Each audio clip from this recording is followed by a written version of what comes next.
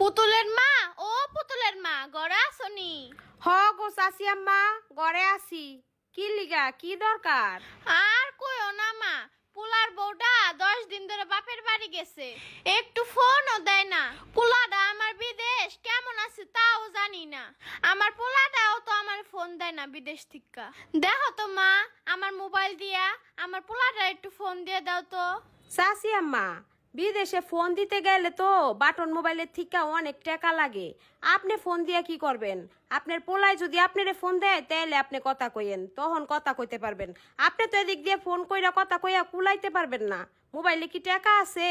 Phone তো আমারে দিব না মা, আমার পোলাই খালি বউয়েরটাই ফোন দেয়, আমারটাই কোনো সময় ফোন দেয় না। আচ্ছা মা, তাহলে থাকো জায়গা।